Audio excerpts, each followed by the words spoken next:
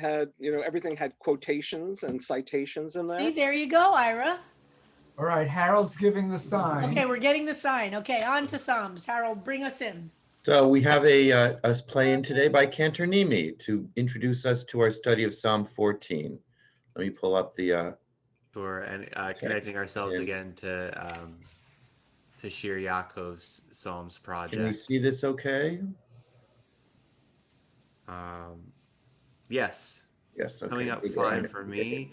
So this is the last verse of Psalm 14, and I think we're going to have one of those similar experiences where we're going to be wondering how the psalmist gets to this point based on how the psalm starts, but I won't give any of that away.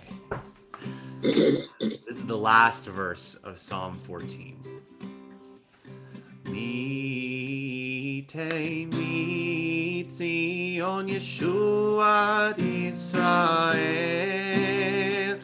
Vishuv Hashem Shevut Amo Yagel Yaakov Yismach Yisrael Yagel Yaakov Yismach Yisrael Mitei mitzion Yeshuat Yisrael Vishuv Hashem Shevut Amo Yagel Yaakov Yismach Yisrael Yagel Yaakov Yismach Yisrael Mitei mitzion Yeshuat Yisrael Veshuv Hashem Shevut Amo Yagel Yaakov Yismach Yisrael Yagel Yaakov Yismach Yisrael.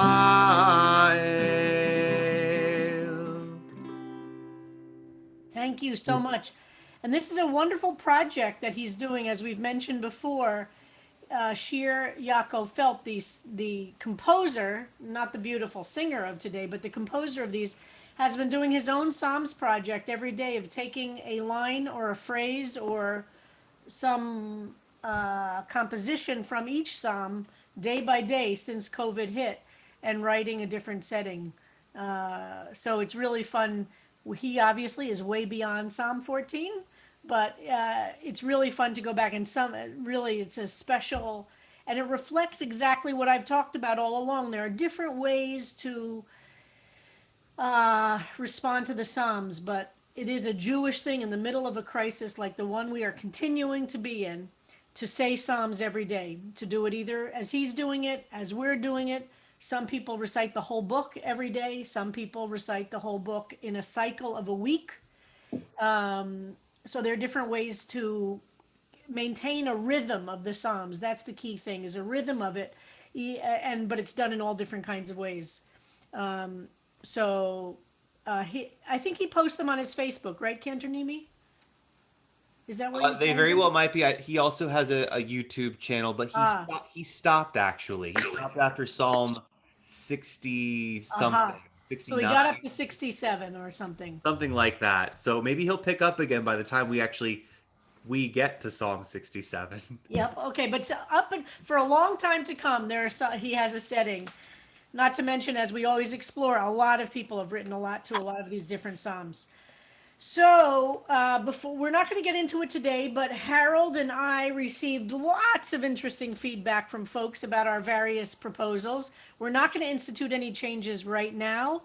We will get back to you with more information, but thanks for being so thoughtful about how to move forward. So stay tuned. But we will today break up into chavruta. The word chavruta in Hebrew is from the shoresh.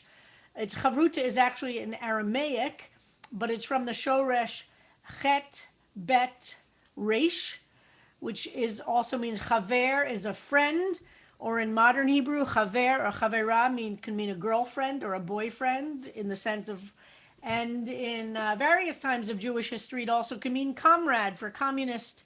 Communist Jews would use the word chaver to mean comrade in the communist sense. So it can mean friend, boyfriend, or various forms of. So chavruta means this. It's the traditional study partner that Jews traditionally study texts in. A chavruta is a very important relationship. It's usually two people. We're going to do it in groups of three. And your chavruta is the person you spend a lot of time with if you're in a traditional Jewish text study setting.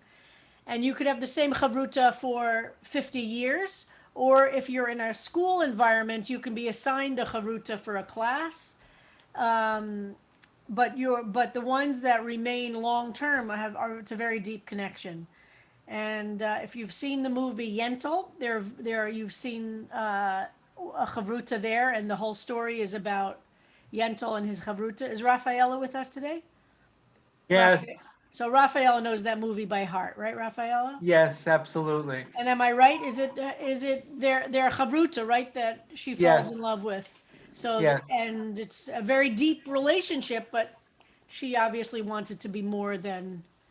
Is that Mandy Patinkin plays the role chavruta? Mandy Patinkin. Yeah, a younger Mandy Patinkin. How shall we say? But A much younger. much yeah. younger, but wonderful. On some trip, I don't remember where, we played Yentl on this bus when we were going somewhere as on the movie thing on the bus. It's a wonderful movie. I love We it. had a group trip, CBST, to see Yentl. Oh yeah, it's a great movie. Yeah. Anyway, so there's an example of a chavruta. So it's shown in the anytime it shows traditional study. This is a very basic building block. But we're going to experiment to start. We're going to start with each psalm, and traditionally the chavruta studies on their own before the rabbi gives the shiur. shiur, shiur in Hebrew means a lesson, and the rabbi gives a shiur or teaches after the chavruta studies every single day. So we're going to just start it and what we're going to do is before we even read through Psalm 14, we're going to break up everybody into groups of 3. And what I'd like you to do is before you start study, quickly go around with the 3 of you, introduce yourself to each other, and say something about yourself, how you got to CBST, but nobody goes more than 1 minute. Each person gets 1 minute to introduce yourself. Somebody needs to be a timekeeper. And then after those 3 minutes of introduction, take out your Psalm 14, whatever translation you have. I know Harold sent something out. What did you send, Harold? I sent everything. You sent everything. So start with the most basic translation. If you have a Hebrew reader among you, read it through once in Hebrew and read it through once in English. If you don't have a Hebrew reader, just read it through once in English. Then go back to the beginning and one person at a time take each line. Go through it line by line. And as you read the line, try and say in your own words what that line means. Very simple. Notice how long the psalm is. Notice if there's a superscription. And then we'll come back together at about 10:35 or so for some closing words for Psalm 14 today. And then tomorrow I'll start teaching about it. At 11 o'clock today, we're going to take a break at 10:40, our usual time. And at 11 o'clock, I'll be doing a 1-hour session about an introduction to the Book of Psalms for anybody who's new or anybody would like a refresher. It actually might be 45 minutes because of the funeral today. So everybody's welcome, but I'm going to really be gearing it to people who are totally new. And I'm going to do an overview of the whole book of Psalms and what we're doing here. So everybody's welcome, but just know what the target teaching will be. Okay, is that clear? Any questions besides what's a weekend? So, Marilyn, I'd like to dedicate this psalm class to my aunt Lily Braca, who passed away on Yes, we're so sorry. Motzei Shabbat, and Leah Bat Mazal. She was buried yesterday morning. in, Thank you. And would you put her name in the chat so we'll all see her name yes, there? Thank yes, you, Marilyn. thank you. Zichrona Levracha. Thank you. Yes, and the Zoom for the 11 o'clock will be right here. You don't have to go anyplace Right, else. we're gonna keep this room open, so you could just stay right here. And We'll take Tasha it will over. be monitoring the time and sending everyone a note that says 10 minutes left, 5 minutes left, 2 Right. minutes left. Sherry, you have your hand up if you had a quick question about the process for today. Yeah, quick question. When you say one line, Rabbi, one line or one verse? One verse, sorry, good point. One verse and each, and then just keep going and, see what other people have to say about the line. Notice problems or things that are confusing. Try and say it in the way you can understand it, and then move on. Next verse, next person. But other people can comment, and let's see how that goes, okay? And you'll notice things you don't understand, just like what we do when we're together. But let's start this way. We're gonna try this. All right, so I'm gonna ask Tasha to divide us up into groups of 3. So there are, how many people? 68 people today, so that'll be,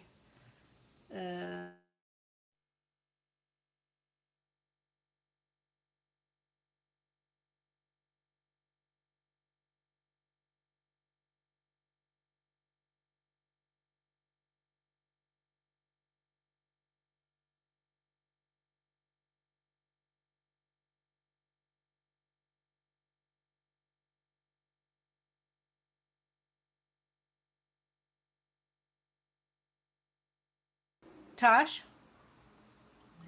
Yes, I'm here. So that went smoothly, right?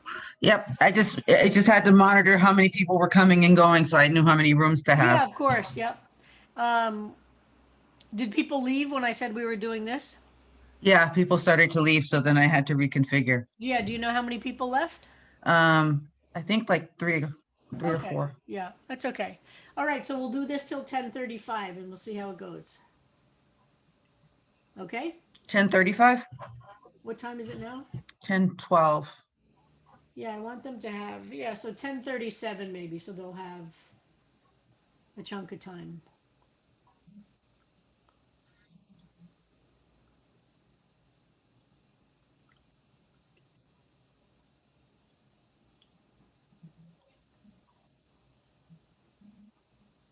All right, I'm gonna actually take this time to get this. Yeah, it's really a problem with the Bruce stuff. Oh my God, and the kids. Terrible. But you got the date for Bruce? Yes. Okay, I'm gonna just do some Psalm 14 study now. Okay.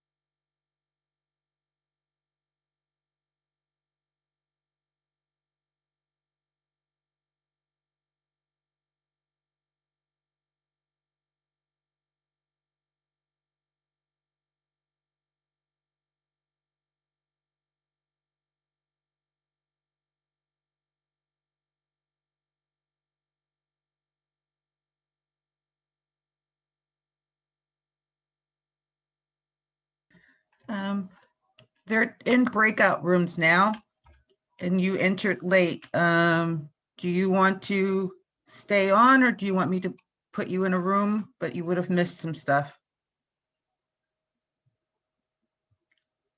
Can't hear you, you're muted.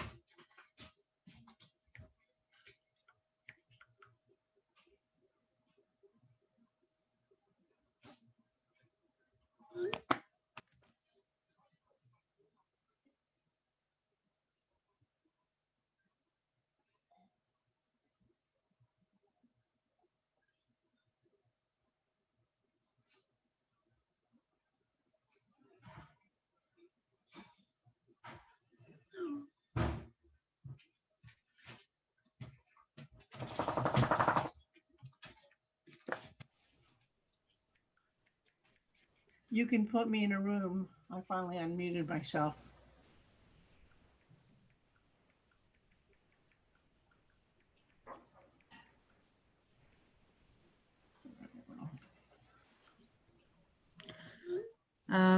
Actually, it's too late to go into a room, so if you want to stay here until everyone comes back, or join for class tomorrow. Okay, I'll try for class tomorrow. Sorry about that. Okay.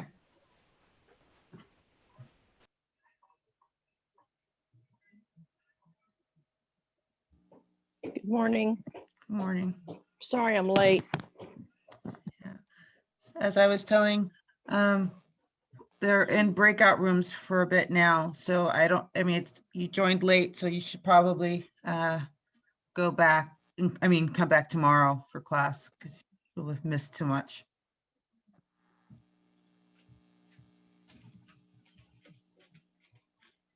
Who am I talking to? This is Tasha. You're not in class? I'm the host, so I'm just monitoring things. Okay. When will they come out of breakout rooms? In another 15 or so minutes. Okay, I'll just leave it on. Okay. Thanks. Okay. I couldn't find the link this morning, so it wasn't on the usual homepage, so Gotcha. I'll just hang out. I got stuff to do. I can work on my Psalms. Okay. Thank you, Tasha. You're welcome. Okay.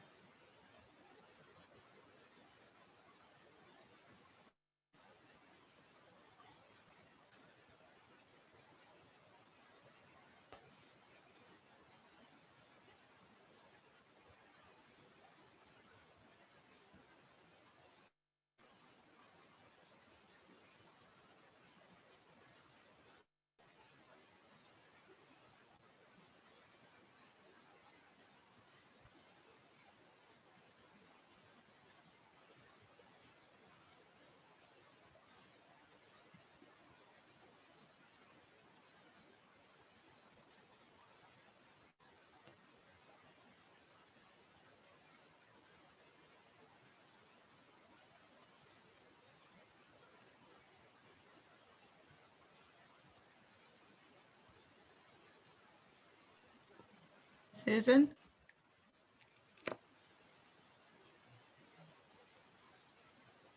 Just wanted to let you know it's the same link every day for the class.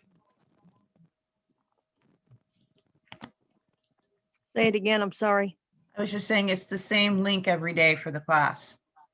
That Yeah, but helps. usually it's, yeah, it does, and I'll write it down from now on, but usually it's, I go to the Facebook page and I go into, on the left-hand side where it says services, and it's always linked, it's always listed right there, and it wasn't there this morning. So the way I'm used to going to it is just, it just got moved. So it took me a while to find it. I had to go through my emails because I had never, I just always do the same thing every morning. So anyhow, it's fine. Thank you. Okay. Bye. Bye.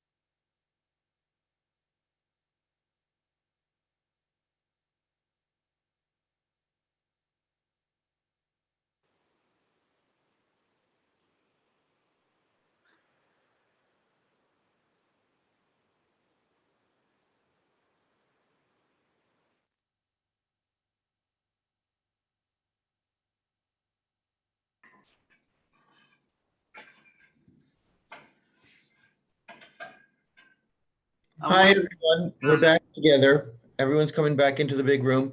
How did everyone like their threesomes? Nice, right? I love It's all mine. right. We were only a twosome. Yeah, we didn't have exact numbers, It was so. good though. No, we Yeah. liked it. We were a foursome. And I was alone. You were Um, alone, Larry. I was alone, but Tasha moved me into, so we became a foursome. Okay, yeah. Oh. Yeah, It's hard to do it exact, especially some people left and so with the numbers, but. yeah. I appreciated how supportive my group was. Okay, yeah, so let's get a little bit of feedback. I want to hear from folks. Were you able to, did you meet anybody new, first of all? And secondly, were you able to, how much of the psalm did you get through and what was that like doing it this way? So folks should raise your hand as normal so that we can have a little bit of a conversation. So we're, Well, I'll start and say we had a great group. We had people who knew one another. It was me and Allison and Lisa. We were able to introduce ourselves. We read it through in the Hebrew and in English, and then went back line by line and used your prompt to what did we feel in the simplest words this said. And then we had some feelings overall about the psalm and its construction. But we really enjoyed the opportunity to do this. great. How about others? All right, I'm going to You take, can I'm going raise to look your at hand. hands and participants. Right. Okay, Donna Gray had her hand up. I loved it. You know, I was with, where are they? Just say their names. You're not going to. Liz and, you know, I don't know, they could help me. But there are a couple in New Hampshire, and it was wonderful. It was so great because, you know, it's like instead of it coming at me, I was forced to go into the Right. psalm, and I feel like this is a much better starting point. And it was lovely to meet my Hefruta Great. duo. Sherry or Simon? Well, it's Sherry and Simon actually, and Sarah Siegel, and I thought we had a great Havruta. Sarah read through in Hebrew. We alternated to read through in English, and we got through the whole thing. got through the whole thing. We had lots of questions, discussion. Sarah, you want to add? I just say the treat for me, the extra treat was Simon and Sherry and I have sat behind and in front of each other at Shul for many years long ago, and I never knew their story. So we got that out. Vice versa. Yeah, Sarah, and I had some questions for Sarah too. Sarah Hershon? Yeah, it was really nice. I mean, I met a lot of new people because this is my first, I guess my second time being in the class, but it was really nice because I met Alicia and Marianne, I believe is how you pronounce her name. If I'm wrong, she can correct me. And then also Larry joined us, but we did it so that we took it English line by line, and we basically took each line and dissected the line and talked a lot about, because we all were using slightly different translations, and we were talking about how the translations differed and what that meant and stuff like that. I really enjoyed it. Great. Linda Solomon? Yes, I was fortunate enough to be with Sherry Gellis and Cantonimi. So that was a plus. And of course, Cantonimi read the Hebrew for us, and then we all three took turns reading the verses. And as with the previous group, we too did pretty much a dissection of each verse and decided what that meant to us as individuals and then as a group. So we kind of piggybacked on each other, learning from each other. And we used different translations in the English as well. Exactly. Fantastic. Lori Spear?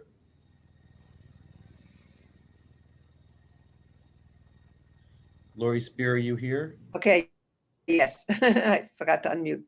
Roger and Eleanor and I were in a group, and Eleanor fortunately reads Hebrew fluently, so she was our Hebrew reader, and then we took turns reading the English and discussing it, and we got almost to the end. We're one line short, Good. but it was fun. It was a good experience. Great.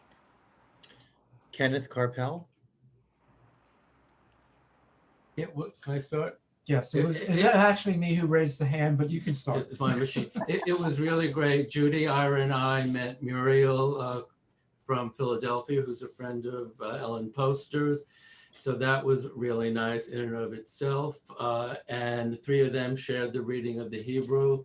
We went through different translations of the English and got into a very interesting conversation comparing this with Psalm 13, which were very similar in structure with this jump from Yes. utter despair to Yes. something very positive, though the 13 was more from an individual point of view, and this was really about communal feelings.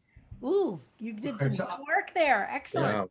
I don't have much more to add to that, other than that I really enjoyed being in the group. We switched off reading Hebrew and then read through different translations of the English. And it was a lovely, lovely experience. Great. Cindy Levitz. Well, we had it was myself and Annika and Dorothy, and we spent a lot of the time getting to know each other a little bit more. But then we read through the English translation, since all of us are in Aleph 2. We didn't read Hebrew, and then we focused a lot on the last verse of the psalm. But it was a really great experience. I think we really enjoyed it. Great. Lori Croatman. I also loved we met somebody new, Elaine Jaskell, who this is, I think Elaine said it was the first or second time in her Psalms class, and Judy Frank, who I know from Aleph and a couple of things. But it was really nice to read through the Psalm ourselves before we dove into the translation, because we could get an individual sense of, we wondered how some of them words are gonna translate, deliverance and fright and fear, and we related it to ourselves. So it was pretty meaningful for 15 minutes. I thought. Fantastic. Ruthie Berman. Well, we got to line 3. Okay. And we is Donna Mirabelle and Chazan Naomi Hirsch, and we didn't know each other. So we spent time sharing who we were. And Chazan Naomi read it in Ivrit first, and then we started with the talking about each of us took a line and shared how we felt about it. And we were only able to each have one line. So I'm ready to go right back now, Rabbi. Okay, With good. these two people who I thoroughly feel a respect and a joy for. Wow. And that was good for me for today. I thank you both. Great. Sue Rosansky. Unmute. Yeah. I really liked it. I was in a group with Aura and Leah, who I know both. At least I know Aura somewhat, although apparently the two of them didn't know each other. So I thought that was really good. And I looked forward to getting to know other people. I too like I really liked reading through it ourselves first, and it gave me more of a chance to think of what I thought about the psalm, rather than hearing what other people think before I have time to put my thoughts together. Leah.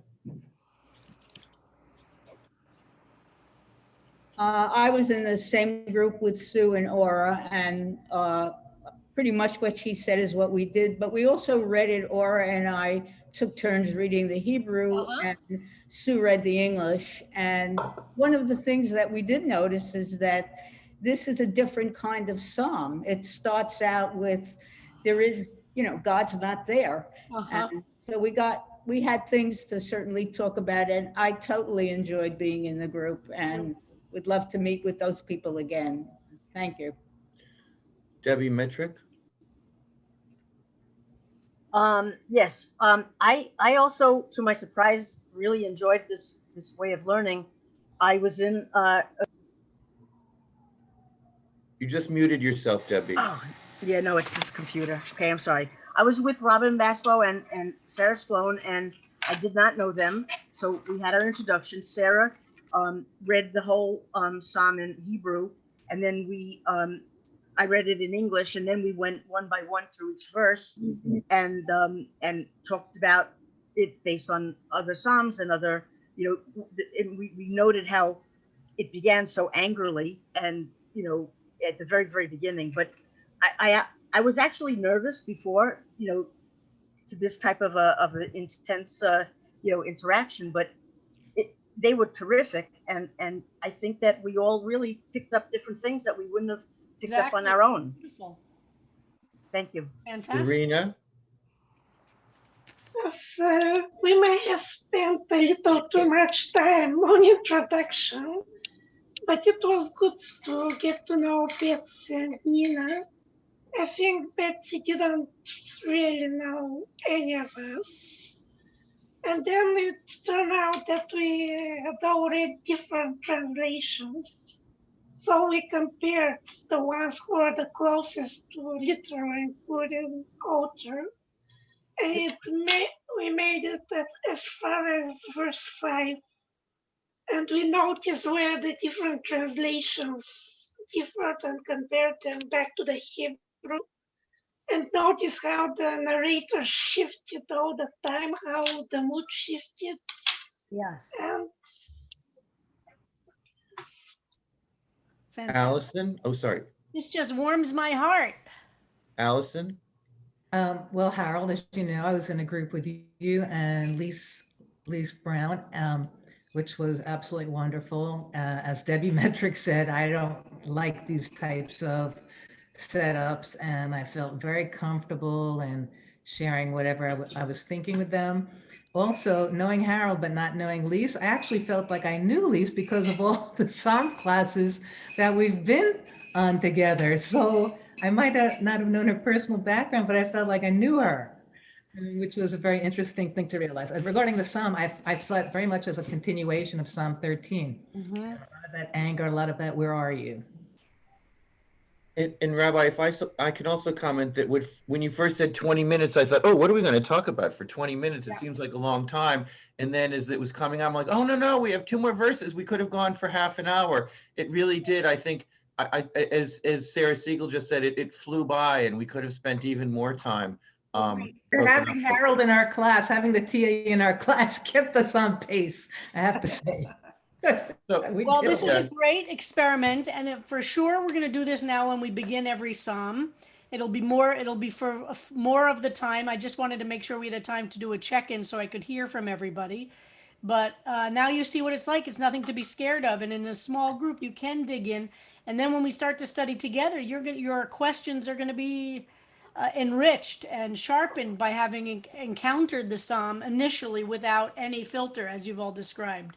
Yeah, and So 3 this is felt the like idea of chavruta study, and that's why when you would develop in any traditional study, you would take the text that you would be studying with a teacher, and you learn it first, and the questions become sharper, and the problems become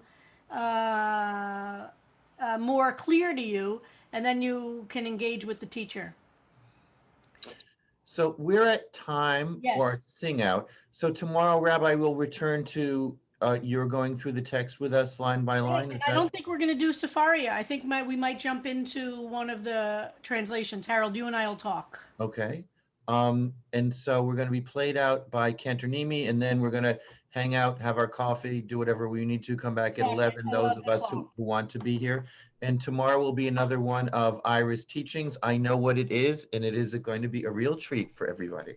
And I just want to remind folks that tonight we have a members town hall, and you need to register for it, and it's just for members. It's not too late to become a member if you'd like, and we're going to be talking about the documents everybody needs to make sure that all of your information is up to date, and how the synagogue can be helpful for planning. And from 6 to 7 tonight with Judy Ribnick, Deborah Megdal, and Kenneth Carpel will be leading the conversation I'll be moderating it. So join us at 6 o'clock tonight. All right, we now have this play out. Let me find, okay, give me a second. Cantonimi? Sure. If you want to warm up or whatever it is you do. I downloaded this damn thing 3 times. Where did it go? Hold on. I'm getting it again.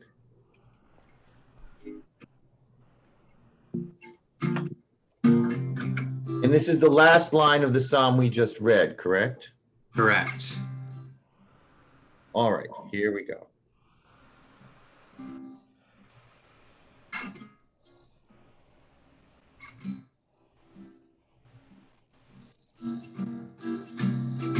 Great.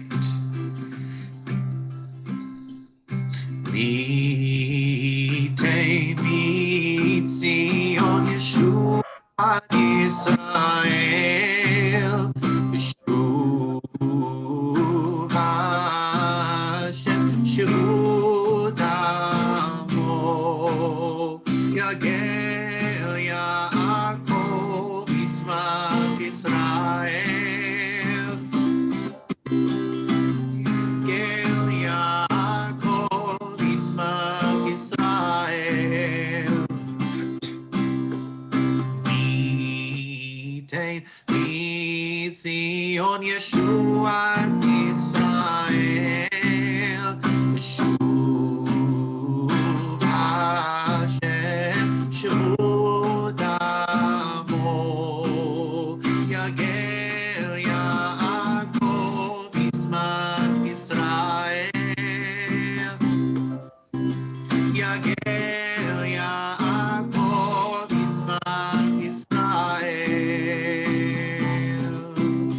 Yagel Yaakov Yismach Yisrael Yagel Yaakov Yismach Yisrael. Beautiful. Thank you so much, Cantonimi. So, folks, if you want to join us at 11 o'clock, this room is staying open. You could turn off your camera and mute yourself or schmooze, and I'll be back at 11 to teach an introduction to the Book of Psalms. Thanks so much. Really fun to study with everybody today and to hear all of your excitement with the Psalm. So I'll you be can back- either I'll be stay back- here, a simplified survey that didn't really any longer capture all the options we were considering. We would hold off and think about it a little longer. Okay. Okay. No, I just wanted, So we're not going to institute any big changes now. We get this feedback's helpful, and we'll keep moving forward. The thing we definitely will do though is start each psalm with this chavruta study, Right. and as you get used to it, we'll actually have more of the 45 minutes will be the study. But today I just wanted to have a little feedback time. All right. So as I said, this is going to be an overview, an introduction to the Book of Psalms. So this is 101. So all questions are welcome. Please put any questions you have into the chat, even while I'm talking, that's fine. And we'll get to them at some point. And as I said, you're obviously totally welcome if you've been studying with us from the beginning. But I am definitely going for the 101 level. So I want people to appreciate that. And I'll take all questions, but I'm really going to try and focus on really, really basic, okay? Because I want people to feel welcomed in from whatever level we're at, okay? Great. So I just want everybody to know what you're in for now. This is not building on what we've done. This is as if we're starting, okay? Yes. So, so any question is okay.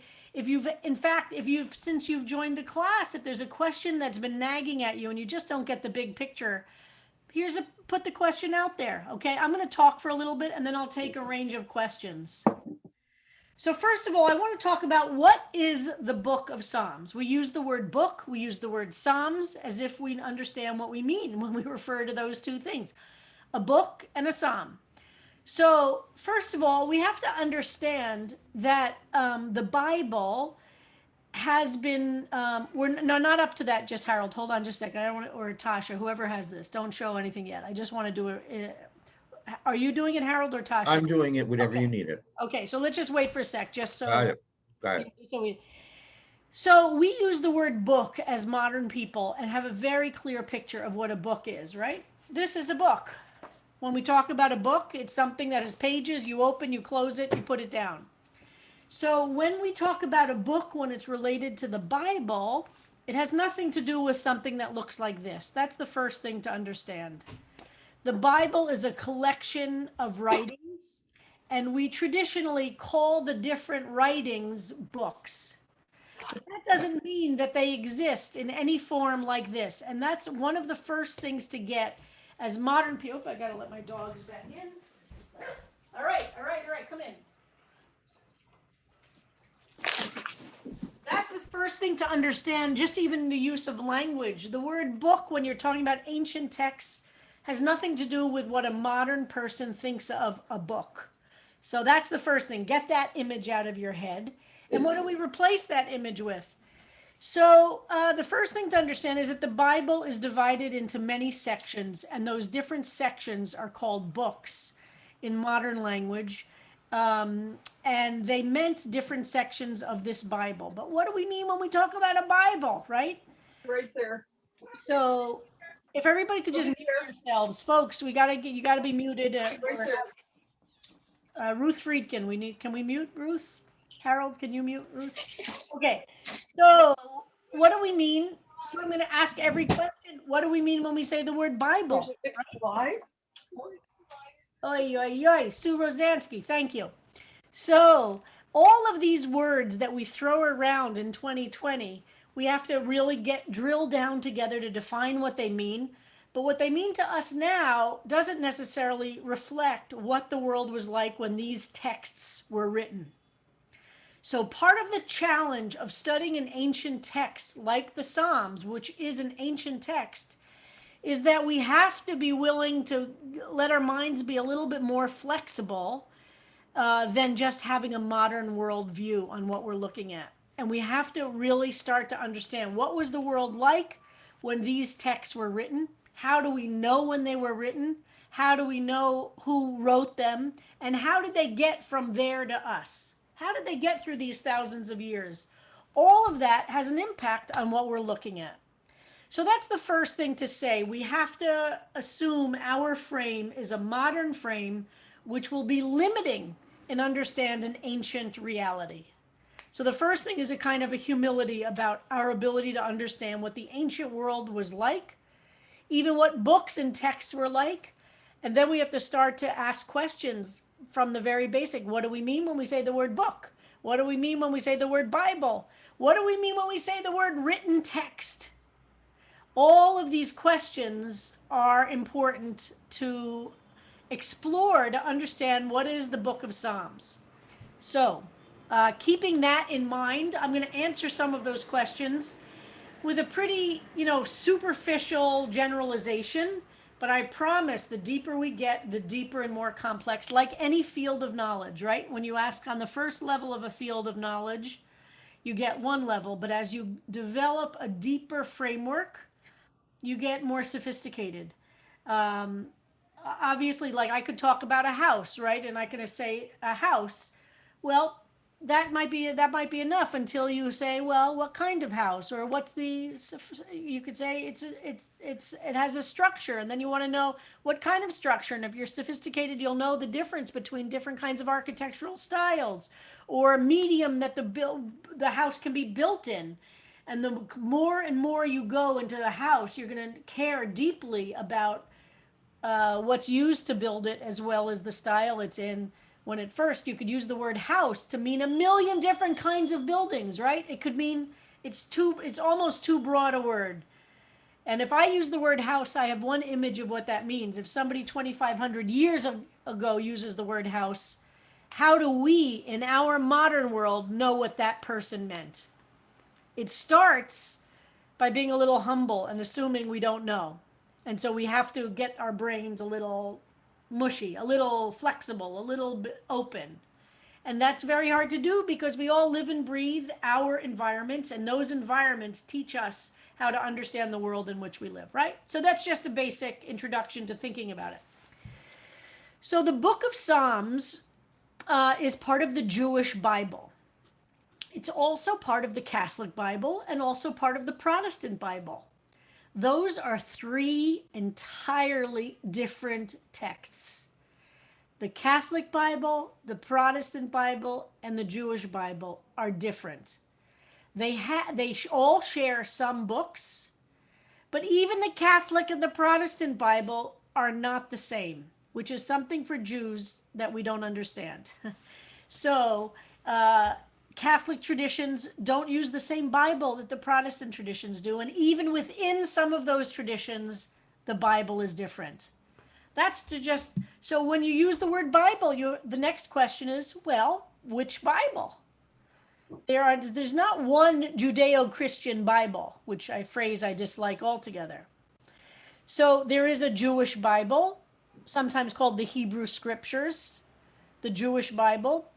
Then Christianity came along 1,000 years after the beginning of the Jewish Bible. The first stories in the Jewish Bible are about Abraham and Sarah. I mean the creation of the world. But then there's Abraham and Sarah and all those stories. They take place, we think, around 1,200 to 1,300 years before Jesus lived. So we think Abraham and Sarah, that period of history, whether or not those individuals actually lived, the archaeological period in which Abraham and Sarah lived, is about 1,200 to 1,500 years before Jesus. That's a long time before Christianity. So if Abraham and Sarah, and then Moses and the story of the Exodus, all that is probably, 1,200-ish years before, maybe 1,000 years before. And then the conquering of Canaan and the King David is about 900 to 1,000 years before Jesus. So we think that King David and the first temple existed about 1,000 years before Jesus. That's a long time before Christianity. Islam came about with the Prophet Muhammad, who lived in the year 600 after Jesus. So we're talking about King David is located in the history about 1,600 years before Muhammad, roughly, before that period of time. So that is an enormous amount of time. I mean, think about it. Jews have been in America for about 100 years. I mean, think about we are Americans as Jews about 100 years. There were some Jews in the 1600s and a few Jews in the 1800s. But most Jews in America came from 1881 to 1924, so 100-ish years. We're talking about the gap between where King David was and Jesus 1,000 years, and King David and Muhammad 1,600-ish years. So just to kind of start grasping. Now, this book of Psalms, so the Jewish Bible covers the period of history from the beginning of the world and the beginning of Genesis until the Jews entered the land. That's the first 5 books of Moses. But the Jewish Bible has 3 big sections, and we won't look at it yet, Harold. The first section are the 5 books of Moses. The second section are all of the prophets: Joshua, Isaiah, Amos, Hosea, Jeremiah, all of those prophets. And then the final section, there are 3 sections to the Jewish Bible. The final section is called Ketuvim, or writings. So the first section is the Torah, or the 5 books of Moses. The middle section are the prophets. And the third section are what we call kind of the writing, Ketuvim writings, which is really kind of a potpourri or a hodgepodge, or kind of where everything else gets put. Books like Proverbs, and Psalms are the first of the third section of the book of writings. Now, those 3 sections is the Jewish Bible. And at one point, the canon is closed and nothing gets added to the Jewish Bible. And that's probably around a little bit before the time of Jesus. We know it's before the time of Hanukkah, which was in 167 BCE. Because there's no mention of the story of Hanukkah in the Jewish Bible. So that's 167 BCE is the story of Hanukkah. So we know somewhere before that, we don't know exactly, but the canon is closed. It is a huge topic, this issue of what gets into the canon and what doesn't. that, and I have said I should do a whole talk on that, but we're not going to focus on that right now. We're just going to understand what is in the Jewish Bible. The Jewish Bible has texts that we think are as old as King David time, so close to 950 or 1000 BCE. And there you go.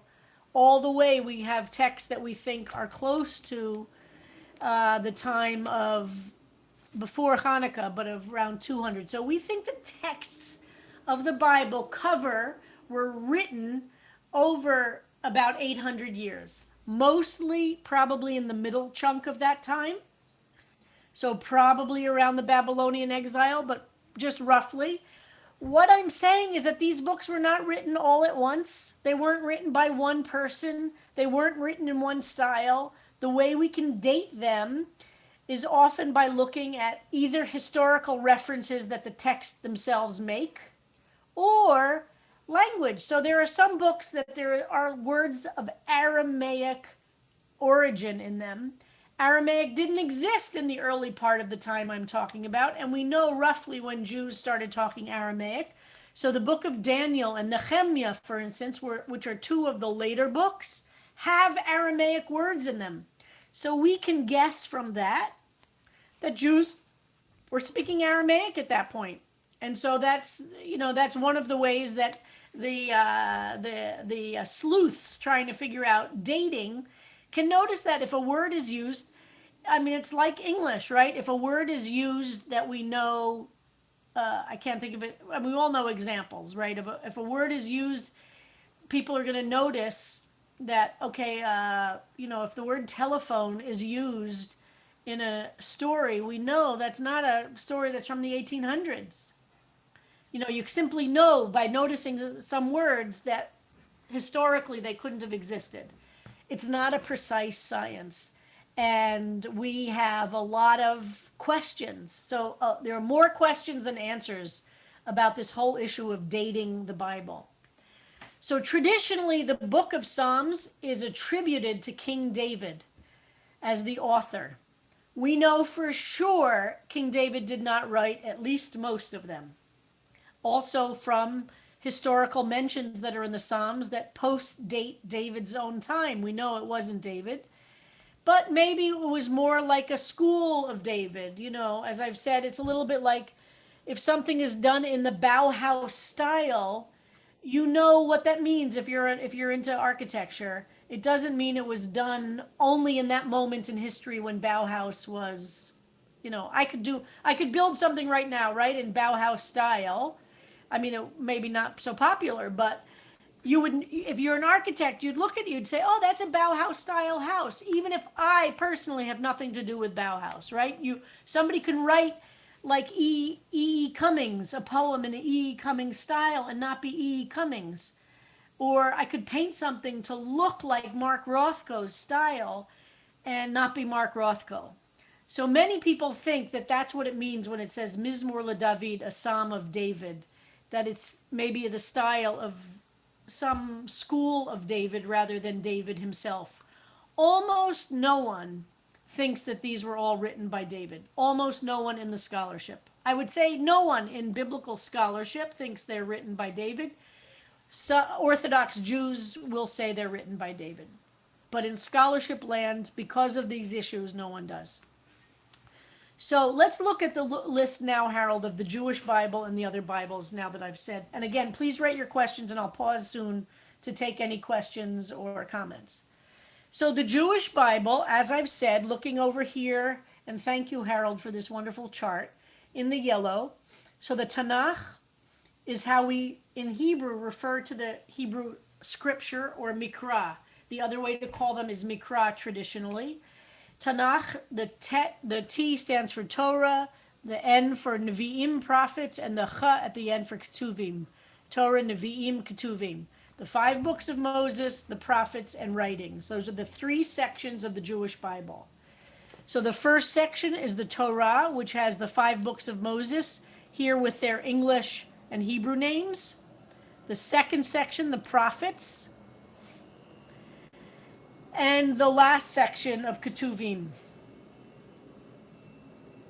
So writing, so you see that the book of Psalms falls in the beginning of the third section of the Jewish Bible, and this order is called our Masoretic tradition of the order for the Jewish Bible. You will see that the Christian Bible does not, which are the next couple of columns. So the next one is that. Which one is that? This is. There's Protestant and Catholic. There are differences between them, and they're actually the order. Is this right, Harold? Because this looks exactly the same. I don't think they end with. So look at the end for the Jewish Bibles and the Christian, and we're not going to do a lot of comparison. Yes, it's hard to come up with one without just giving you the table of contents because they're so different. Yeah. That I have those and I can just, you know what, I'll send them out again on email so people have them. It's just hard to make sure. So the Jewish books, we have 24 books in the Jewish Bible, but there are more books in the others because we consider the later prophets to be one book, and Christians separate them all into individual books. Can you go down to the bottom?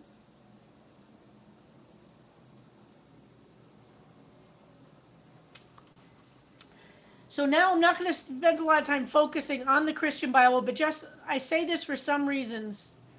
So you see here the New Testament, the Christian Bible includes what they call the Old Testament and the New Testament.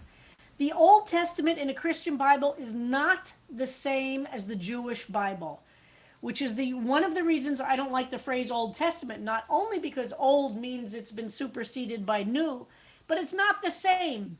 For the Christians, the Old Testament includes many of the books, all of the books of the Jewish Bible, but includes other things as well, and in a different order than we do in the Jewish Bible. And you can see that the Christian Bible includes things like the book of Maccabees, which is about the Hanukkah story, which we don't have in the Jewish Bible, and other books like Judith and Esther, which all are about the Jewish Bible, but we don't include them in our Bible. The New Testament does the, hold on, let me just grab my,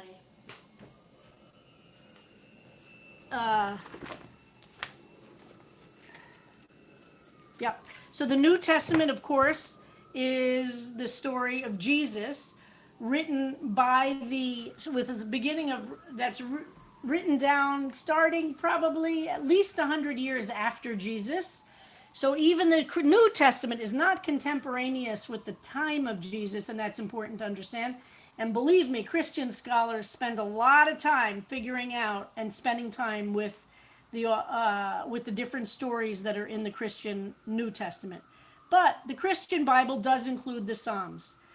The reason that that's significant for us is because Psalms are so powerful a tradition in both Jewish and Christian, and even in Muslim traditions. Okay, so let's go back and just look at the Jewish Bible a second. So as I said, let's go down to where we see the Psalms. So there is where you see the Psalms exist. They're called, now, what Harold's done beautifully is on the far corner, a far column, D, the language in which these books are written. So you can see some of the books have Aramaic. Most of the books of the Jewish Bible are in Hebrew.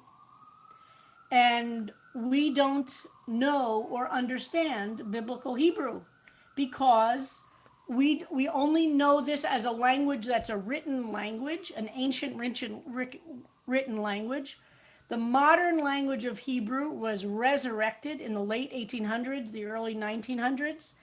And it used biblical Hebrew, but just because you might be able to speak modern Israeli Hebrew doesn't mean you know what a word means in biblical Hebrew. But they can understand more than, and I always use this example. I mean, I'm a native English speaker. If I pick up Chaucer, it's unlikely I can understand a word of Chaucer, right? And that wasn't as long ago as biblical Hebrew was from modern Hebrew. So and even Shakespeare, for me to understand Shakespeare, which was only a few hundred years ago, really you have to study a lot of Shakespeare before a a modern English speaker to pick up a book of Shakespeare and read it fluently requires a lot of work. So it's kind of remarkable that this language of biblical Hebrew, which is from, let's say, most of the books of the Bible are from roughly, 500 years, 600 years before Jesus. This is now 2,000 years since Jesus, right? So we're talking 2,500 years ago, this language is last spoken. If this language was last spoken 2,500 years ago, how do we even understand what a single word means in the Bible? The only way we understand what it means is from context and comparing it, not because you speak modern Hebrew. And so to study biblical Hebrew requires kind of understanding you're looking at an ancient language. Luckily, biblical Hebrew is a fairly small vocabulary, and most of the words are used a lot. So we have a lot of comparative context to understand the words. There are some words in the Bible that are only used once, and those words, we don't know what they mean necessarily. We make guesses, but nobody can tell you definitively what they mean, because if you only have a word used once and you don't have a biblical Hebrew speaker to say, how would you use that word? You cannot be sure what that word means. So that leads us to this very complex question of how do we know what a psalm means, or how do we know what the word means? Which is why when I study it with the class, we look at a lot of different translations. Every single translation is interpretation. That's true of a modern language, right? If you're a modern translator of French to English, you're still having to make decisions about translation that are interpretive. And nothing is exact because two languages are never going to be exact. So biblical Hebrew, all the more so. That's why when we look at any given translation, none is the translation. We're looking at them to understand how that reader of the original text is playing with, working, needing, trying to seek out the meaning in the words. And that's what's the fun of it. That's really, really fun. It's very powerful. There is nowhere else in your life, unless you're a classicist, in which you are spending time with in the ancient world. I find it thrilling to pick up this book, and we are now in a time in history 2,500 years ago. It's thrilling. There's very little you do in your life in which you are thrust into the ancient world and trying to understand what message they have for us over the arc of these millennia. We don't do that in the modern world very often, which is the thrill of the classical world, because you're connecting so deeply with something so old. And in the case of the Jewish Bible, if we are Jewish, we're connecting with something so deeply at our roots that is for me, very exciting. All right, I'm going to stop there for a moment and take some questions or comments, and then I'll go on to a discussion of for the book itself. Are there any, Harold? I'm not looking. We're going to do what we usually do, and if you go to participants, you can say raise hand, and I will recognize people as they click on raise their hand in participants.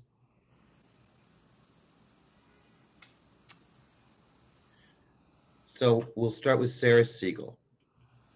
Rabbi Kleinbaum, thanks for doing this again. I feel like it's like in high school when I took typing twice because I didn't do well the first time. I really needed to cement this, and I'm actually taking notes this time, so thank you.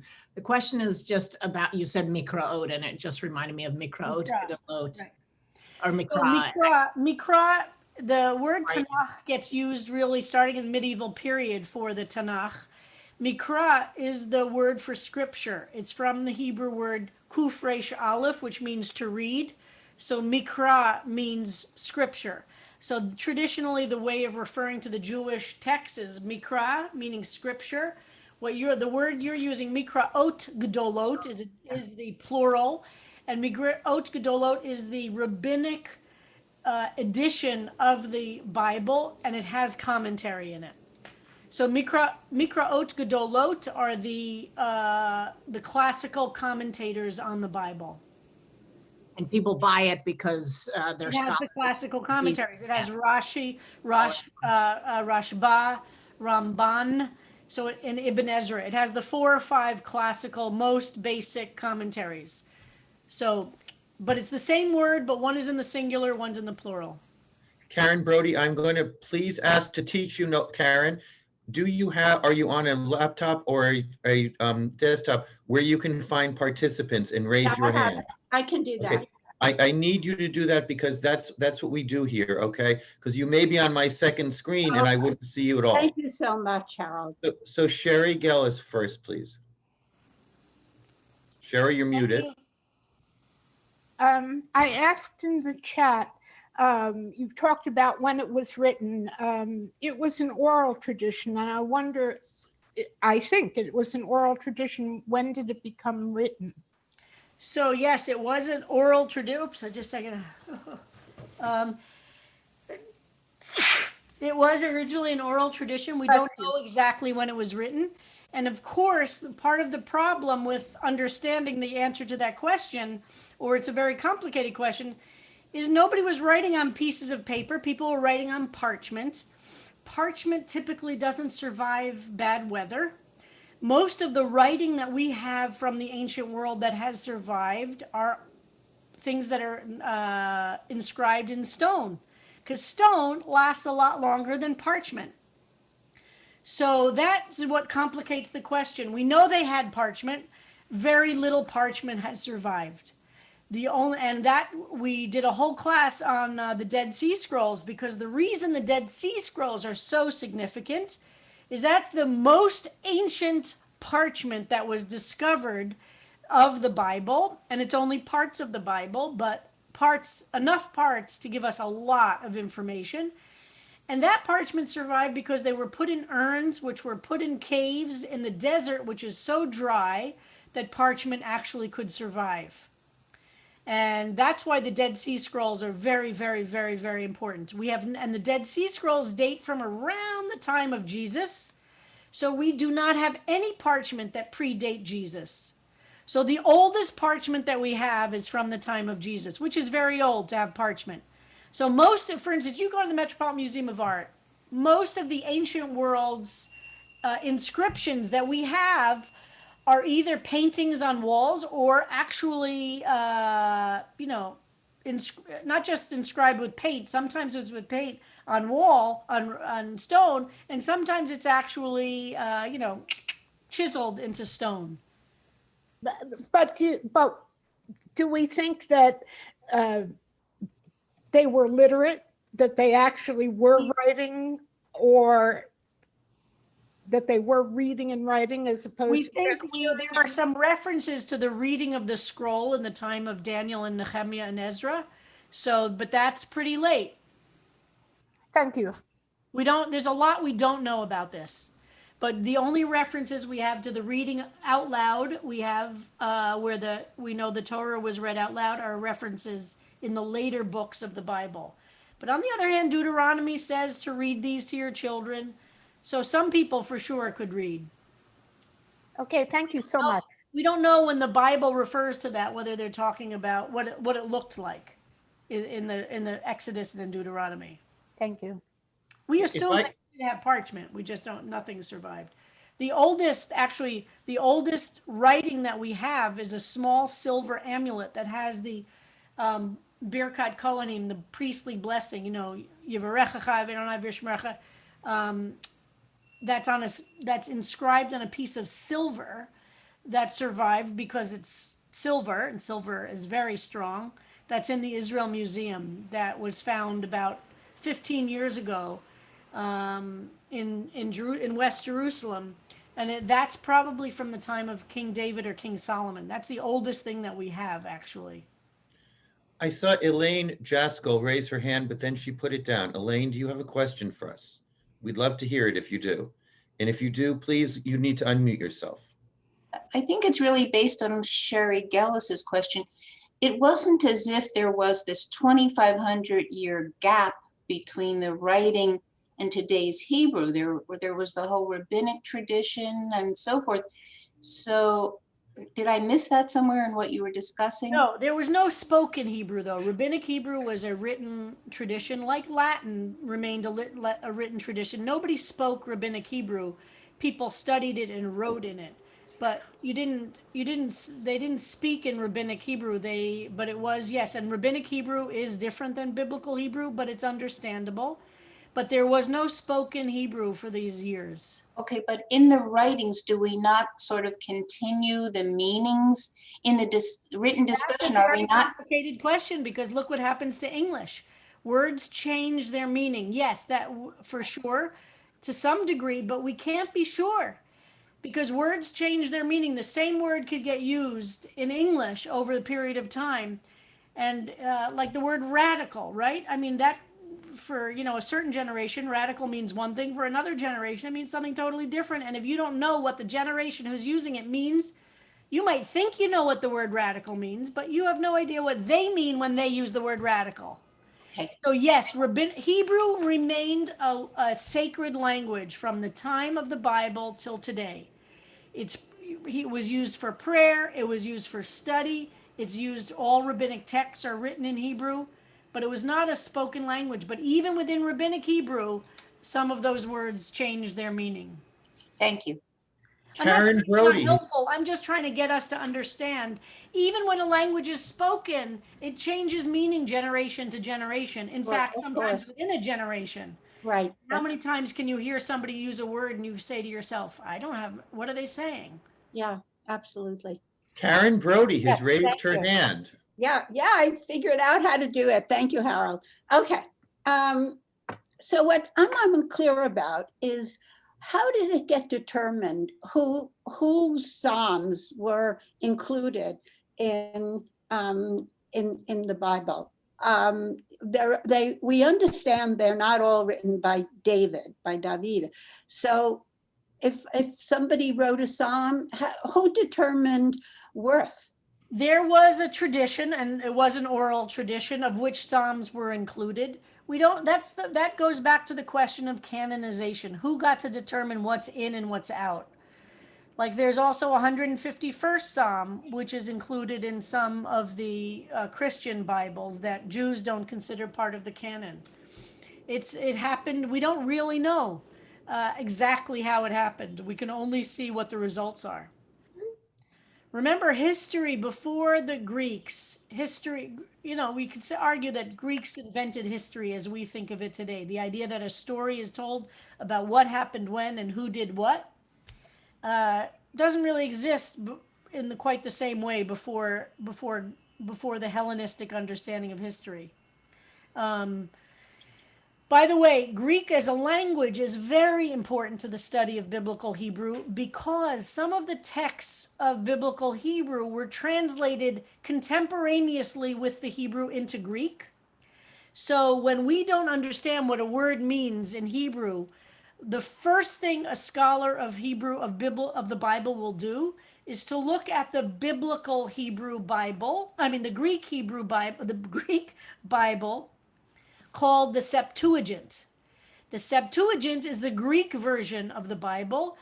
And even though I'm not a Greek, so Harold knows Greek, which is one of the reasons he's so valuable as our TA. When I was in rabbinical school, we had to learn how to decode Greek and understand and look for the words in Greek and be able to look them up, because we know that when it was translated to Greek, they were still speaking Hebrew and Aramaic. So when they translate a word a certain way, we want to know why and how they did it, because we think that will be an insight into the meaning of the word that we can't have without it. So the study of the Greek Bible is very important. Rabbi, given the time, may I suggest, since we have some new people, that we offer the opportunity to switch to how the class works and how to get the most out of the class. Let me say one other thing about the structure of the Book of Psalms. So the Book of Psalms, first of all, as I said, there are 150 chapters. We call the 150 chapters of the Book of Psalms. We are, as you know, starting today, chapter 14 or Psalm 14. So sometimes it's called a chapter, sometimes it's called a psalm. We have taken a few digressions. We've studied Psalm 27, we've studied Psalm 23, we've studied Psalm 91, but other than that, we have been going in the order of the Psalms. The book of Psalms has 5 sections to it. Within the book, there are 5 sub-books. We're still in book 1, deep in book 1 of the 5 books of the 5 books. Now, the book of Psalms in Hebrew is called Sefer Tehillim, the book of Tehillim. And that is a different word than the word itself for Psalms. The word Psalms, Harold, in Greek means? It is a song which is accompanied by music, by a musical instrument, psalmos. Psalmos and psalmodry are the tradition of chanting of psalms. And in Hebrew, the psalm is called a mizmor, which is from the root Zion Memresh, which means a song. So we know that the psalms themselves were set to music, and they were also with instrumental as well as vocal accompaniment. So we know that the book of Psalms is unique in that in all the Jewish Bible that there was deep connection to music itself. So we look at that while we're studying them. So each psalm, so the word psalm is not a Hebrew word at all. It's the Greek word, which is going back to the Hebrew word mizmor, which tells us a psalm is something to do with music. The psalms, we believe, were sung on the steps. Some of the psalms were sung as the steps as Jews would go up to the temple for the sacrifices. The psalms they all fit into different categories. Some psalms are full of despair and express deep feelings of anxiety, like Psalm 13, an expression of fear and anxiety. Some psalms are what we call, so they're psalms of lamentation and despair. Some psalms are psalms that are historical. They'll tell in a poetic style. They're all poetry, and we study special forms of biblical poetry to understand how to read them. It's different than biblical prose. Some psalms are lamentation or despair. Some psalms are historical, where they'll repeat in a poetic form a story of things that happened. Some psalms are full of praise and exaltation and joy. So those are very big rubrics, but the psalms really go emotionally from deep, deep, deep despair to deep, deep, deep joy. And that's one of the reasons they have so much power. Psalms have been put to music by every generation of musical composers, whether they're contemporary folk, Christian rock. The classical music world has set many, many psalms. And it's also common to set sections of psalms, or a line, or a phrase, or a compilation of psalms. They're very organized. They're scattered throughout Jewish liturgy, not entirely in their whole psalms. On Friday nights, the Kabbalat Shabbat service is full of the entirety of psalms. But there are other parts of the liturgy that has a sentence from this psalm, and a sentence from that psalm, and a sentence from all put together to create a new prayer. So they're very important in the prayer life of Jews. The 23rd Psalm might be the most famous of all, a Psalm of David. Though I walk through a valley of the shadow of death, I fear no evil, for you are with me. It's been set to, I'm sure all of you know different settings, from Leonard Bernstein's Chichester Psalms to Gregorian chants, all through the Christian tradition. And we have many, many, many Jewish settings. So psalms are used for funerals. They're used at times of despair and fear. They're used for healing, and they're used for all different purposes. Some people recite the entire book of Psalms every day, all 150, and they get used to reciting them without studying them. Some people recite them on a weekly schedule, and some people do what we're doing, is to study them in the way that we are. So let's talk a little bit about the structure of the class and how to get the most out of the class. So Harold has distributed, I think, to everybody the basic books that we're using in the class. To the extent you can buy books, if you can afford it, I strongly recommend it. First of all, to support the authors. And secondly, we're people of the book, so it's wonderful to have books. I've chosen 5 or 6 different authors whose exploration of the Psalms, I believe, help to illuminate the meaning of the Psalms, even though they're very, very different. So Stephen Mitchell's book, he's a poet, but he's only chosen a few Psalms, and he's written poetry based on the Psalms. Norman Fisher is a Zen Buddhist, and he uses Buddhism as his lens to understand the Psalms. Robert Alter is a scholar of biblical Hebrew, and he will, there's no Hebrew in his book, but he tries to recreate in English as close as possible the rhythm and the meaning of the Psalms. These are all in Harold's list.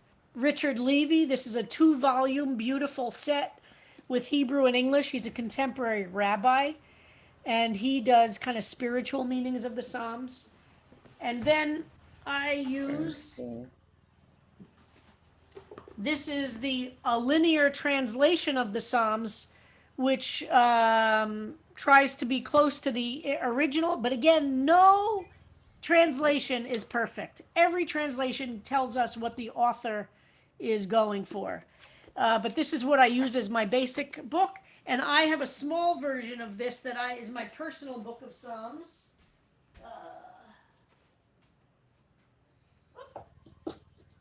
It's somewhere on my shelf here that I carry with me all the time.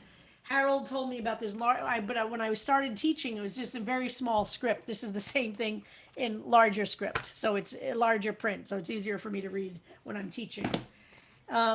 So the Psalm class will close 10 minutes after 10 every morning. So if you can't be there on time, unfortunately, you'll have to wait till the next day. It became too disruptive for people to be coming in late, very late, and also for security. Once it's closed, we don't have to worry about any Zoom bombing. We start at 9:45 every morning for those who want to come early and schmooze, not required at all. I try to get there by 9:40 or 9:45 or 9:50 just to say hello and talk and have some social time. At 10 o'clock, we start on the button with some music, and we've gone through all different kinds of music. Sometimes, as you heard today, Cantor Nemi, who's a CBST member and a cantor in Madison, Wisconsin, either has shared with us some of his own compositions based on the Psalms, or he finds other things to offer. Sometimes we have recordings and we dip into all different traditions. Sometimes they've been Christian and Gregorian chants. Sometimes they've been contemporary Christian rock or folk. So that we start each class, and sometimes Adria Benjamin, who's a professional musician in our class, a violist, sometimes she starts the class with playing her viola. So we start and end each class with some music.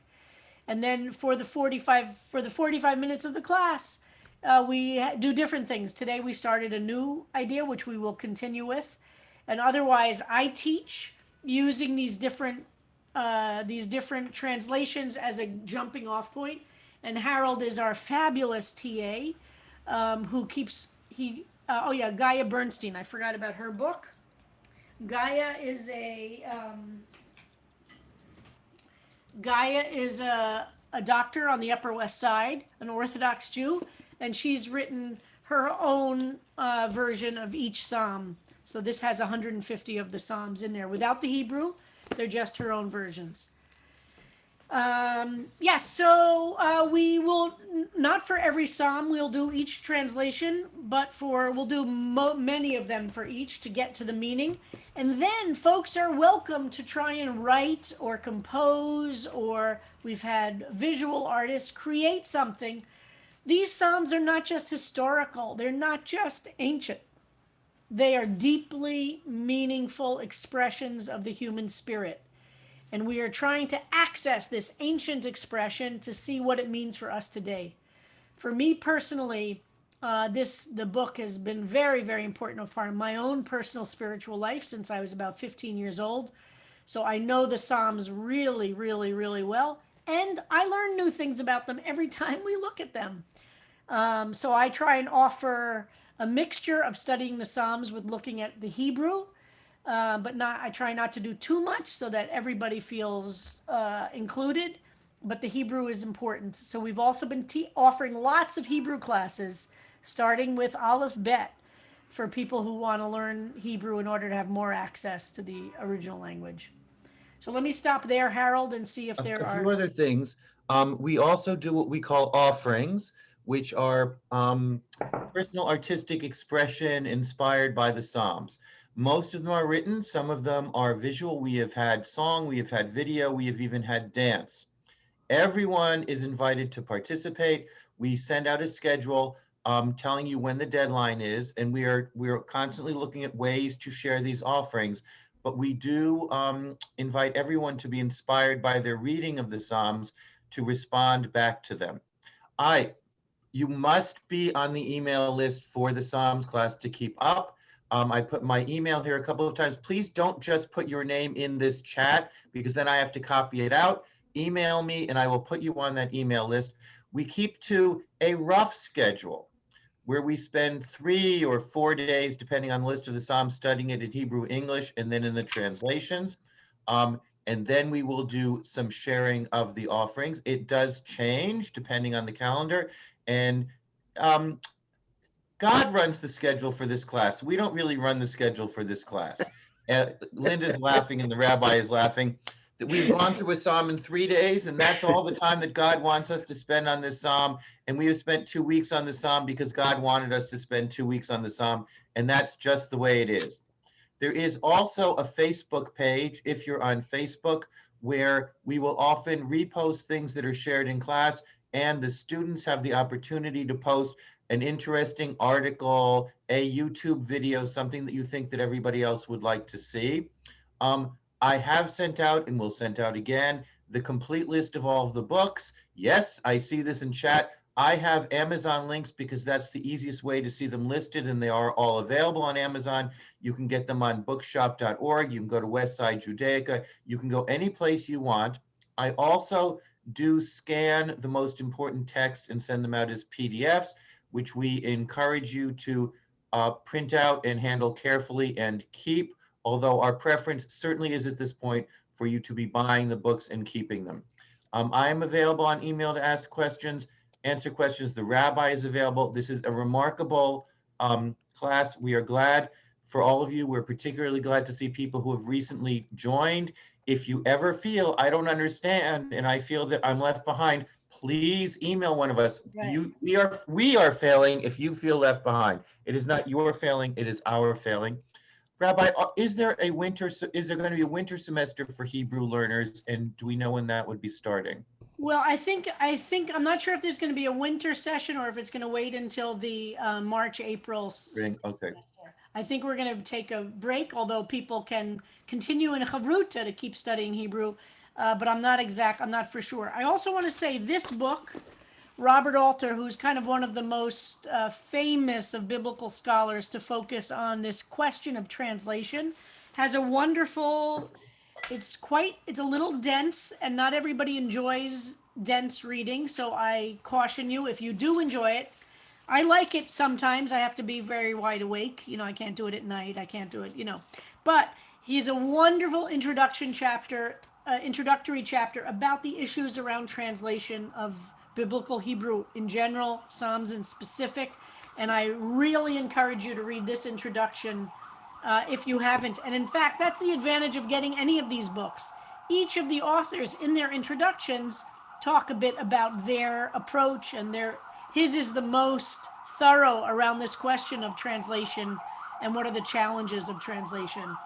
The other thing is we also always want people to feel comfortable asking questions, but the way people raise their hands has to be electronic. So we want to make sure, can we practice this, that everybody knows? Everybody go to participants, and in participants, press raise hand. This may be the most important thing we teach you Yes, we want to make sure everybody is comfortable doing that. Let's see, everybody raise your hands. Everyone raise your hand in participants. Excellent. Okay. Because this is the way that we will call on you, not if you raise your hand like this. It's too hard to see. We have 3 screens of people, and someone can be waving their hand, and then they say to me, what did I do wrong? Why didn't you? So let's make sure everybody knows. I don't see you raising your hand yet. Okay. You want to make sure this skill, and by the way, this is good for anytime you're on Zoom. This is how you raise your hand. All right. Likewise, you see how to unraise. Yay, I think everyone has it. Now, Rabbi, if I may also say that as a board member, and actually at this point, the vice president of the synagogue, yay, Harold we is our new know that there are many people here who are not CBST members. This class is wide open to people who are not CBST members. We love you, wherever you're coming in from. This is a full service synagogue. And if the Psalms class was your entry to CBST, we invite you to go to please sign up for our email. cbst.org is our website. Check it out. We have the most amazing schedule every week, not just of classes, of community events, many open to non-members, and probably the best online worship in the egalitarian Jewish world. We have amazing Friday evening services. We have wonderful Saturday evening services. If you haven't yet experienced our services, please do so. And I will also say that about half of the non-members who have joined the Psalms class have also become members of CBST. We know that many of you are members other places. We understand, and that's terrific. But if what CBST is offering to you speaks to you, and you want to become a more involved member with our community, please consider a membership to CBST. We are unique among synagogues that we have a flexible sliding scale membership. Check out membership on our website. We would love to have you at this point or later on as members of our magnificent community. And hold on, Jack Neiman is having trouble finding the raise hand. Let's make sure. All right, Jack, are you on a desktop or a laptop? Unmute yourself, Jack. Jack, unmute yourself. I'm on a MacBook Pro. Okay, MacBook Pro. On the bottom of your screen, it should say mute, stop video, security, and then participants. Yeah, 39 participants. Yes. Click on participants. Click on that. I did. And you should then see raise hand on the bottom of the list of participants. It's a little box. Okay, there it is. Yeah, I got So it. let's see you do it. Let's see you do it, Jack. Wait, okay. Raise your hand. We're not getting off till I see you can raise your hand. I did it. Yay. Where's so, I just lost Jack. So well, let's see. And another thing, we ask, this is very important, ask everyone to remain on mute unless you're speaking. We can hear you, and Zoom has this uncanny ability to pick up your partner cleaning the dishes in the kitchen next to you, and you don't know it. If you need to walk around, please turn, we want everyone to turn on their video. We understand if people are drinking a glass of water, a cup of coffee. We ask you not to talk, not to eat during class, and if you have to walk around, please turn your video off because it's very distracting when the person who decides that they're going to be listening to class while they take a jog. We all see that jog. one other tip that I received that I offer everybody is that, first of all, the best way to make this weird Zoom life more human than less human is to try and be at eye level with your camera. Don't be above your camera. Try and make your eyes at eye level with your camera. Try and have about 3 buttons worth of a shirt showing, so you're not just a head. You should try and see that you're far enough away from the camera so 3 buttons show. Even if you're not wearing a button shirt, try not to have the camera below you, looking up at you. That's not a very attractive perspective on most people. It's not a good look. And these are the ways that we can make Zoom a more human experience. Try and be eye to your camera, okay? Not looking down or up. And shift, if you have to put your computer on some books or what you have to do to shift it, it makes it a more human experience so that we're looking at each other's eyes and not at other angles of our bodies, which are less, we're made as human beings to look at each other's eyes, right? So try and do that to the most you can on all the Zooms you're on. It's a good way to help make this experience feel a little bit more human than machine-like. So again, you should be about 3 buttons worth and a little bit of, your head shouldn't hit the top of your box, but there should only be a little space between your head and the top. I was told by that, but that's what the broadcasters do on TV. That's the headroom, headroom, right? So just try and think about that. We want to see you eye to your eye. Now, we don't want to see up your nose. We don't want to see down. We want to see you direct. And that helps make it just a little bit more human experience of being on Right. Zoom. And it's better if you don't have a light on behind you. And please, my bugaboo is the ceiling fans. We do not want to see your feelings sort of whirling around and around and around and around.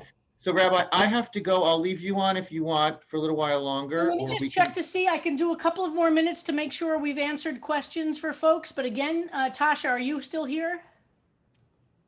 Yes, I'm here. So Tasha Calhoun, who has been my assistant for 26 years, is our tech person for Psalms class and kind of helps make sure all the technology is working. So let me see, are there any other questions right now? There was a question which I will leave you with from Susan Lipson about how did we divide it into 150 chapters? How are they arranged? Is there a meaning? And to some of them, is there some discussion about where the divisions are? I will say goodbye. Everyone has my email. I'm here to help you. And I'm so thrilled to be sharing this amazing adventure with all of you. Thank Bye-bye. you, Harold. So I'll answer that question briefly. The brief answer is I always write this down. Book 1 is Psalm 1 to 41. Book 2 is Psalm 42 to 72. Books 3 is 73 to 89. 4 is 90 to 106. And book 5 is 107 to 150. And if you have a full book of Psalms in front of you, so if you looked at the end of Psalm 41, for instance, where it's also called sometimes chapter 41 or Psalm 41. There's usually a little division in the books. The question of what they mean, everybody tries to come up with something. I'm not sure the actual meaning means anything, except to imitate the 5 books of Moses. And it's just a kind of a tradition of how they're divided up. So some people say, okay, today I'm going to recite book 1 of the book of Psalms, and they do those 41. Any other questions? Anything is okay. Lisa, you got to do it on raise your hand. I see Ann Targovnik has her hand up. We're going to do it electronically. Lisa Brown, you got to recognize it. But Ann, do you have a question or is your hand? Okay. Elaine Jaskell. It shouldn't be up. I didn't. I'm sorry if it is. Oh, very sorry. It's just up from before. Okay, so these are probably up just when you were practicing. Okay, so now practice taking your hand down so you know how to control it. And this is the way we can see who's in order. It's very helpful. So is everybody okay? So Lisa Brown, do you have a question? I do. I was wondering if there's any chronicity at all to the order of the Psalms. So do it at all. Some people think so. There's a lot that's written about that. I don't think there is one consensus of when it is. I personally don't experience it that way, but for sure people say Psalm 1 is an introduction to the book. Then there's a question of, does the order make sense? Some people there's a lot of stuff written about it. I personally don't experience it as that. I experience it as a collection of poetry. But some people do. Okay, there are other hands that are up. Are these all questions or did people not take your hand down? Sue Rosansky. This is good practice. Take your hand down if you don't have a question. Because you'll see in the list of participants, that's how I see. So Judy Frank, Donna Mirabel, Linda Solomon, Ruth Friedkin, you have your hands up. Are there questions or no? Yes. Yes. Okay. Linda Solomon. Okay. I wanted you to clarify, if you could, something you said before, and I caught it and then I lost it. You said that there was a question about Psalm 150 and whether it was really a psalm, or you said something about. Right. There's no question about Psalm 150.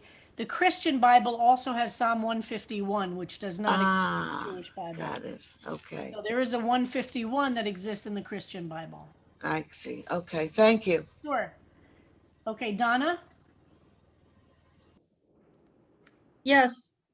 You said earlier there you were going in order with the study of the Psalms, but you mentioned a few that you had already covered out of order. Is there a reason that those were covered? Good question.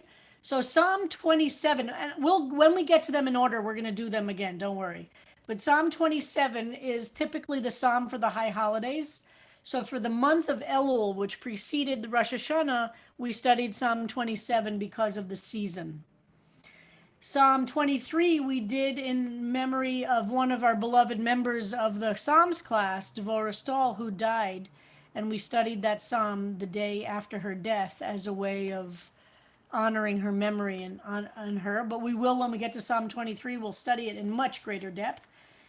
And I've forgotten which is the other psalm that we did, but there have been moments in his time that we've chosen to do a couple of other psalms. But we will continue through them all till 150. But that's why we want to pick up. I think you did 91 because of Biden used it in his talk. Because of what? Biden used it in his Right. acceptance Thank you. speech. Yes. Biden referred to Psalm 91 in his acceptance speech. So I decided that we would study Psalm 91. And Rabbi Rapport did the Psalms that are part of the Kabbalat Shabbat. Yeah, so we've taken some digressions, but we're mostly moving in order. Thank you. You're welcome. Who's next? Judy Frank? Yeah, I had a question that some rabbis, I got the book by Rabbi Zalman Schachter, Psalms. Yes, he is wonderful too. Well, I don't agree with some of them, but he talks about studying Psalms based on the days of the Jewish month. And then other people, like I got another siddur where you do it the days of the week, Monday, Tuesday, Wednesday, Thursday. What do you recommend? And if we want to start a Psalm study for ourselves, aside from the Psalm study? Well, in the Jewish liturgy, there is a different psalm for each day of the week. So in Shachrit, in the morning service, we recite a different psalm. There is a psalm that is assigned from the 150 to each day of the week, for sure.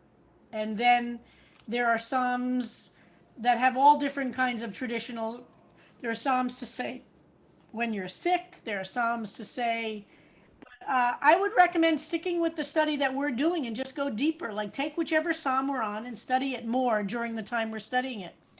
You know, if you can do the Hebrew or read other translations, bring whatever in.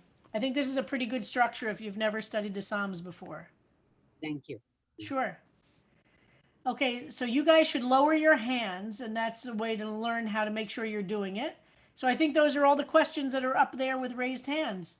That's a very important thing, to know how to raise your hand and to lower it, because that's how we can know who wants to ask a question. And we see it, and until your hand goes down, we can make sure to include you. The chat gets used a lot in class. Does everybody know how to use the chat? Is everybody familiar with that? Because that you could either leave it on the screen, it could be on the side of your screen for the whole class, or you don't have to be looking at it. Some people don't like it and find it distracting. But a lot of people write in the chat, respond to other Psalms, or but don't just put a question there during class. The best thing to do is to raise your hand, because we might not see it. Okay, so welcome everybody. I'm thrilled for those of you who are new. I'm thrilled for those of you who came for the refresher. And please don't be shy about asking whatever questions you have during the class itself. If you have a question, chances are 17 other people have the exact same question. So don't be shy. I'm very happy to engage you on any level with any of the questions, okay? All right, folks, thanks so much for everything. And I look forward to seeing you tomorrow morning. Tonight, remember, for members, is our town hall at 6 o'clock, our monthly town hall tonight at 6 o'clock. Bye-bye, everybody. Bye. Bye. Oh, it's late. Like, leave.